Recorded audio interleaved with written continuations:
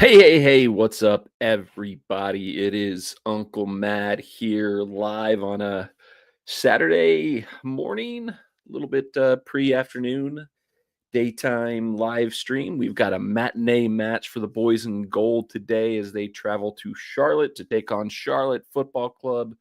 Should be a fun match. Should be a tough match for the boys in gold, second in what's going to be a difficult run of games, a challenging run of games test to see how the boys in gold really are going to shake out this season. We got Kermit in the chat. He says, "Hi, what's up, Kermit? Glad to have you here." We are going to talk a little bit about the boys in gold, about last week's match against Cincinnati, about today's match with Charlotte FC. But first, I wanted to get into something that came up this week. We had an announcement on Twitter, social media, here on the YouTube channel. If you didn't see it, wanted to kind of reiterate that, bring it back up. I have jumped on and teamed up with a fellow Nashville SC content creator, Wormy, aka Dylan. We have launched a podcast, 615 Locker Room. It can be found on Spotify as well as YouTube. There's links in the description of this video, and all my videos going forward will have links to those shows going forward. First thing I want to say is nothing's going to change here on the main channel. You're still going to get the game day vlogs. You're still going to get these live streams.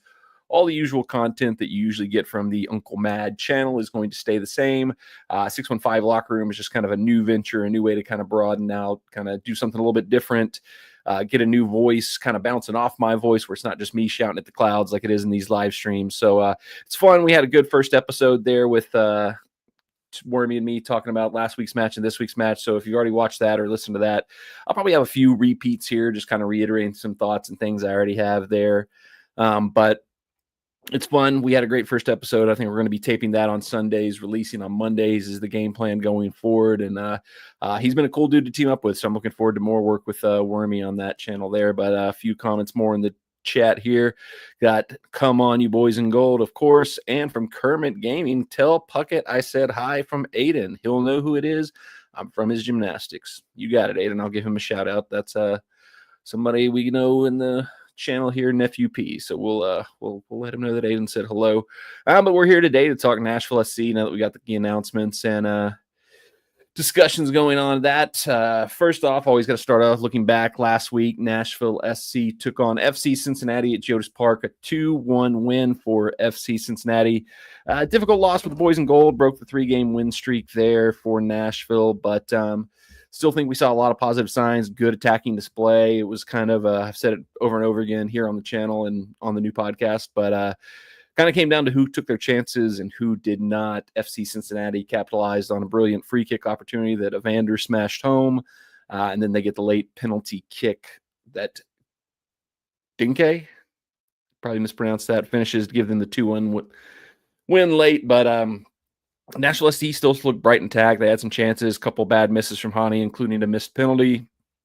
Teal with a late chance after the penalty to FC Cincinnati goes off the crossbar. So it's discouraging, but I feel like if that was not Cincinnati, if that was like a 2-1 loss to say like Seattle or LA or somebody like that, you'd probably chalk that up and be like, yeah, we feel pretty good about that. That was pretty good performance, pretty good, disappointing to not win still, but changing the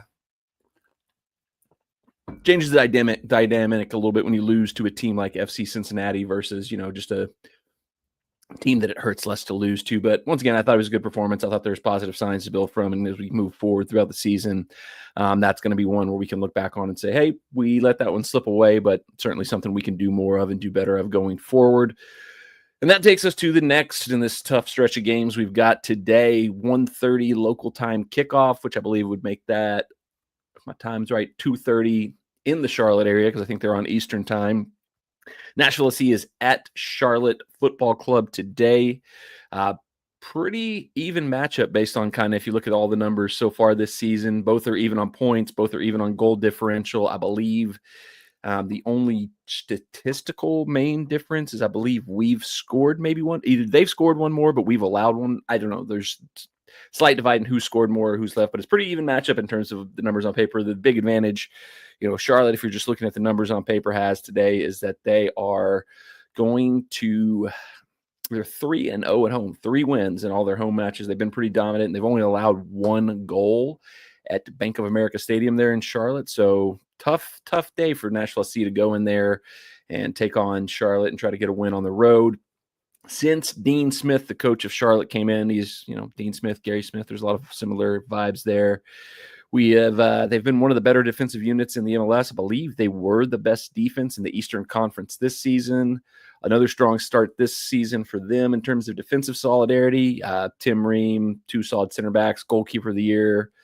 They've got a lot of quality there. They're attacking. They've got some names. They've got some talent, but for whatever reason, reading some of the data, reading some of the stories, some other match previews that people wrote this week, it seems as though the offense hasn't quite clicked to the level they would hope so far. Wilfred Zaha, top-tier player brought over from, I believe he was at Galatasaray last, but made his name in the Premier League playing for Crystal Palace, a brief stop at Manchester United that only lasted 1 season, if I recall correctly, but he hasn't quite hit the ground running so far this season. From what I was reading, he does have 1 goal this season, but hasn't fully clicked in with the rest of the offensive around him. They've got a really talented attacking midfielder in Pep Biel from Spain.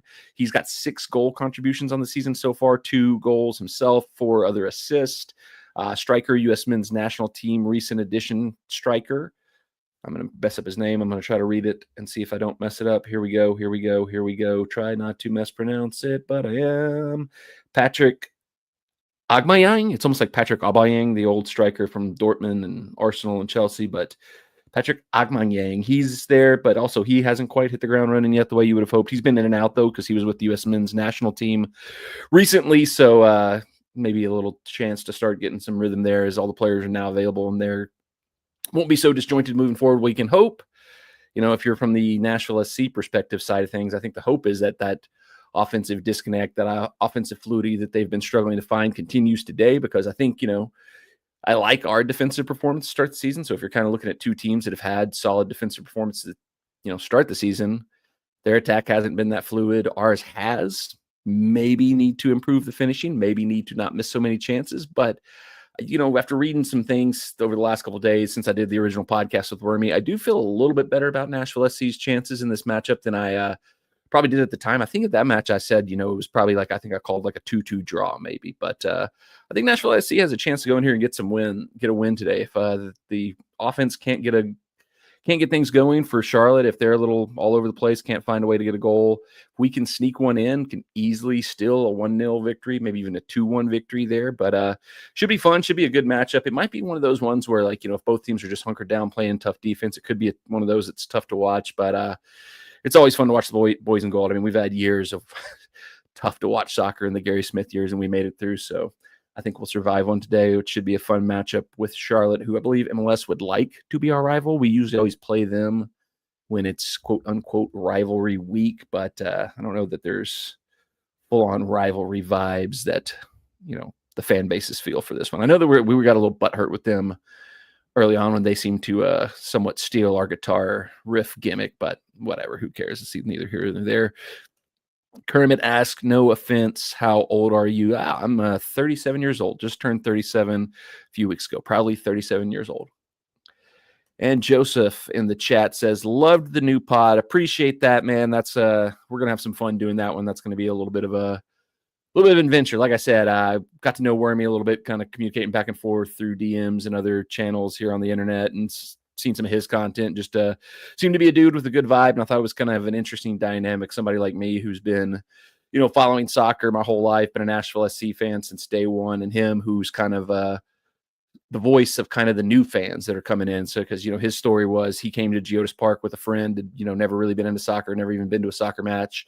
And one trip to Geodis Park, he just fell in love, and they've become like his obsession, his favorite team. Just everything about the boys in gold is what he's following these days. So, and I think that's a lot of our fan base is kind of the hardcore people that have been here through the thick and thin, the days of Nashville when it was almost a sin to say you like the sport of soccer here in Nashville. Back in my younger days as a 37-year-old man, I can definitely remember, the days when it was not that popular to be a soccer fan or a soccer player here in Nashville. And, Wormy's one of those new fans where, went to Geodis Park, had a blast, and now is obsessed with the team. So I think we have a interesting dynamic where we'll be playing off each other with those kind of things and learning as we go. Kermit, the eternal question, the eternal debate, who's better, Messi or Ronaldo? Now, I have an interesting approach to this. So I'm a Manchester United fan. They're my, first team that I was a huge fan of before Nashville SC was even a, twinkle in the eye of John Ingram. I was a Manchester United fan. So for the better part of my life, I have been Team Ronaldo, like pretty much day one Ronaldo. I was always Ronaldo. I just always thought Messi was the product of being in better teams because, like, the Barcelona teams he was in were always stacked. The PSG team he was in was stacked. Even Miami now is pretty stacked for, a MLS level team. But then when Ronaldo came back to United and some of the stuff that ended up happening with the way he kind of left and goes to Saudi Arabia and some of the stuff, and it's left kind of a sour taste in my mouth where I really just don't favor him as much as I used to. I still probably think, pure talent, pure just drive. I think Ronaldo, I probably still think is probably a little bit better. Like if you drop Ronaldo into those Barcelona teams that Messi was really cooking with back in the day, I mean, there's no telling what, Ronaldo would have been able to do in those teams. He was scoring 50 and the Real Madrid teams he was playing for. It's not like they were slouches. It's not like they didn't have loads of talent too, but I mean, Barcelona was like a World 11 best football team at that point. And, Ronaldo had some good teams, some good players, but, Real Madrid was always, and he also, like, Messi had some of the best coaches in the world too. Like he's working with Pep Guardiola. Ronaldo had the years with Ferguson, but, most of his time at, Real Madrid, they were like a constant cycle of coaches in and out. Man, Messi's good. I think it is really like, it's closer than it used to be in my mind. Messi's kept it up too. I think Ronaldo going to Saudi Arabia really hurts because I don't really know how to gauge if what he's doing there is worth anything. Like MLS, I think it's gotten better. I think it's a better league than it used to be. So I'm pretty impressed with what Messi's doing here. He showed up and he's still playing at a high level. He's not like one of these guys who's come over and, been the, just dance around the pitch and collect a paycheck type guy like Jordan Shaqiri did up in Chicago, or Frank Lampard, Steven Gerrard did in their time here. So he's gone up in my opinion.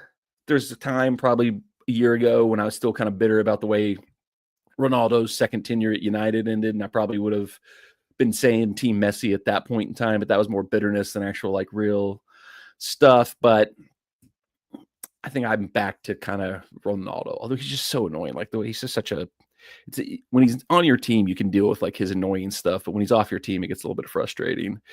Got Ronaldo in the chat. Got thank you. Ronaldo is the best. Messi is overrated. I don't think I'd say Messi is overrated. I think, he's pretty special. He's pretty good. I think there's the cult of Messi is a little crazy. Like you go back to the videos here on the channel back in the League's Cup final stretch when we played Miami, and just some of the crazy Messi fanboys that were coming into the comments of those videos, and just like that's where it's a little crazy to me. It's just the hero worship, the cult-like following he has. That's crazy, and I'm sure there's people out there who have that level of insanity when it comes to Ronaldo. But the Messi stuff just seemed like it was like on another level. There's like literally people in the comments of like the League's Cup final video, like getting pissed at me that I was booing Messi. I'm like, dude, he's on the other team. I'm going to boo whoever comes into the stadium that takes on Nashville SC. I don't care who they are, but they're getting booed if they're not playing for the boys in gold. Say who all today is injured. I know Gaines and Boyd are out, but anyone else for the official injury challenge,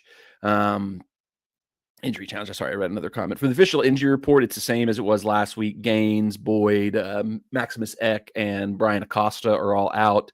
Nobody listed as questionable. Nobody listed as doubtful, but, that comes out Friday. There probably was at least one more training session between them and the match today, so there's always possible somebody picked up a late knock, a late injury.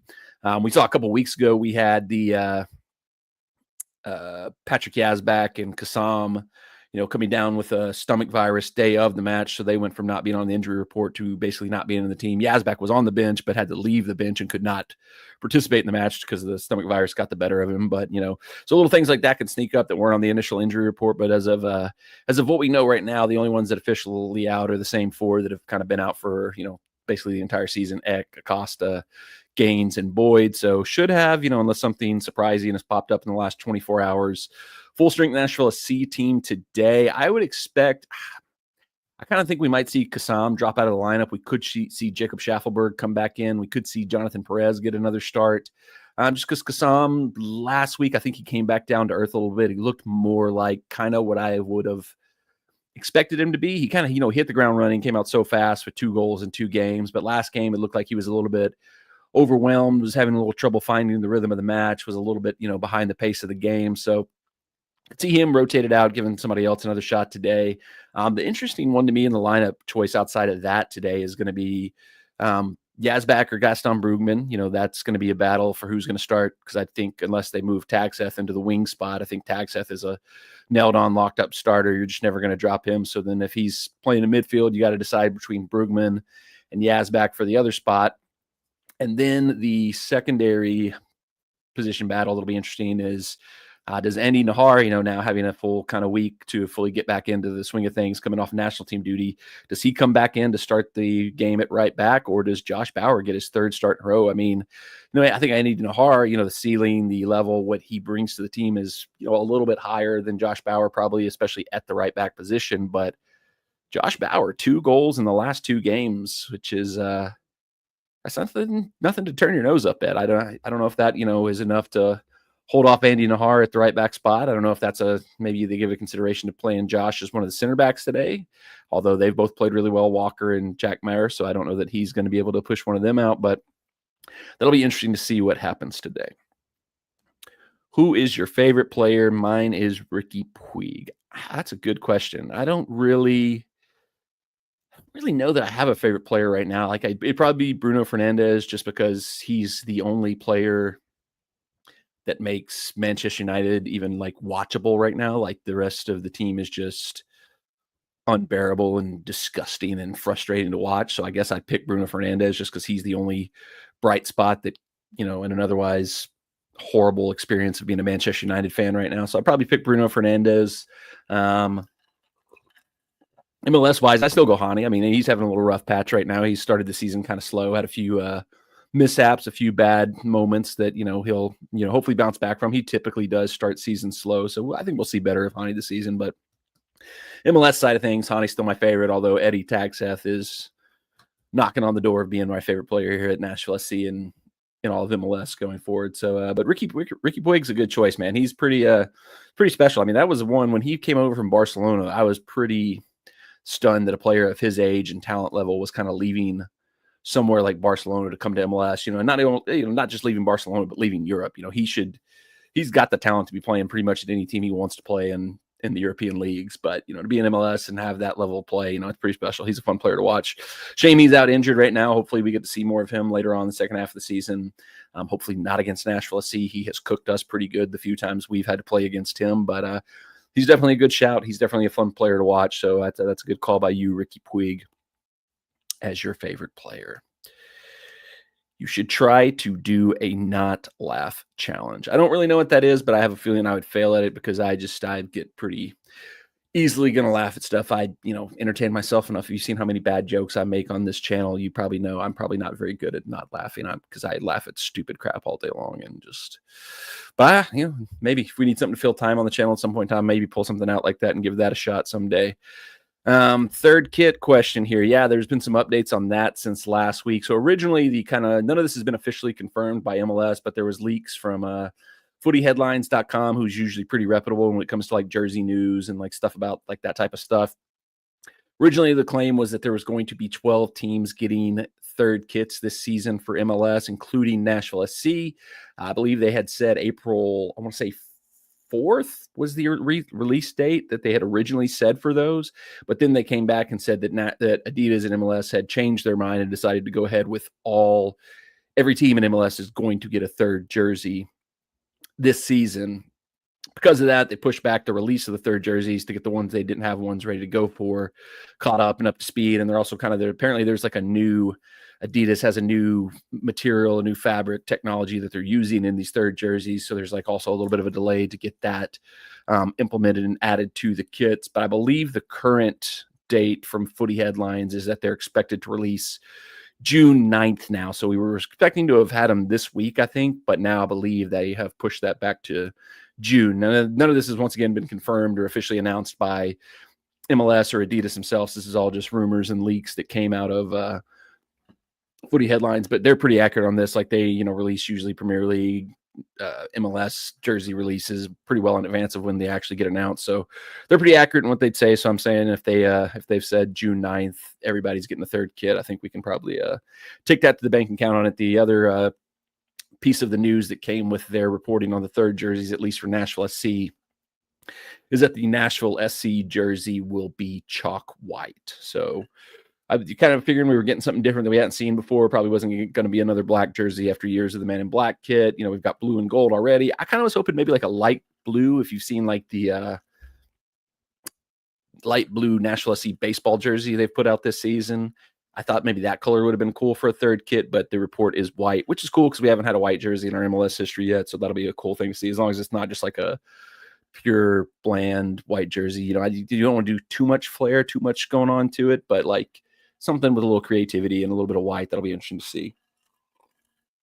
Coming up in June, I hope we start Perez. Yeah, I think Kassam's going to get a rest today because he just did not look great last week. I think they'll kind of pump the brakes on him a little bit, kind of give him a game off, kind of work him back in off the bench probably. And so it'll probably be down to, like I said, unless you're moving Eddie Tagseth back up the field into one of the wing spots, it's probably going to be either Johnny Perez or Jacob Schaffelberg coming in and start on the opposite wing from Alex Muil. So I think we could see that. He's had a good start to the season. He got a goal a couple of weeks ago. He's looked pretty solid when he's been called upon. So, Schaffelberg, started the season with the injury, hasn't fully hit the ground running for Nashville SC yet. So he might be kind of low in the pecking order, but, maybe BJ Callahan wants to give him a shot, give him a start to see if he can kind of get his feet underneath him there. So I think it's between Perez and Schaffelberg for that spot would be my guess. All right. I think we are caught up on everything in the chat so far. I'll just going back to the game. I think in the podcast with Wormy, I predicted a 2-2 draw for today's match. I think I'll stick with that. I think I do like Nashville's chances a little bit better than when we recorded the podcast. I've read some stuff that I think, Charlotte kind of not really finding their footing in attack yet kind of makes me feel pretty good about our chances to, maybe be able to steal one here. But I think it'll be a really even match, a really good match. Hopefully it's not just like a defensive stalemate where neither team can do much of anything. Hopefully there's some good back and forth action, and hopefully the boys in gold come out on top. Got another comment that just came through. Eddie is becoming a fan favorite. Yeah, it's pretty crazy how quickly he's just won the fan base over. And I think it's just because he's like he's the style of player that always kind of ends up being my favorite player. It's just the dudes who not saying he's not talented, not saying he doesn't have a skill level, but you can tell like his game is so much more elevated just by how hard he works. Like, he's not, his build, his athleticism, he probably was not going to be a high level professional soccer player just based on that. But he is just a grinder, a hard worker who's going to run, cover every blade of grass. Like you said right here, he's feisty. He's going to get in people's grill. He doesn't care that he's 5'5". He'll go toe-to-toe with a 6'3" center back. He doesn't give a F. He's going to do whatever it takes.